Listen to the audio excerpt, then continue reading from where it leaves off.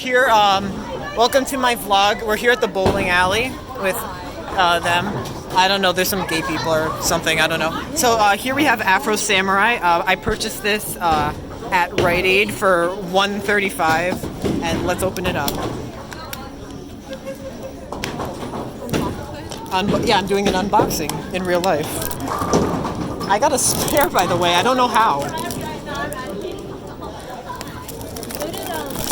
Yeah, Ranjit got a spare too. Oh my god, I can't open up this. No, I got it. There.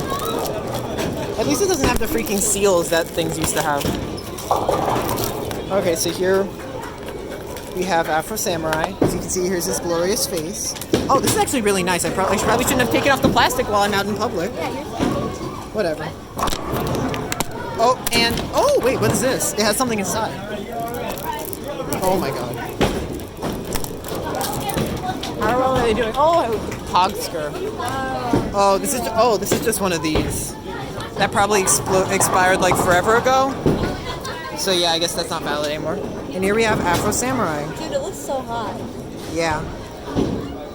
Because it's literally just Sam L. Jackson, but he made an anime. So yeah,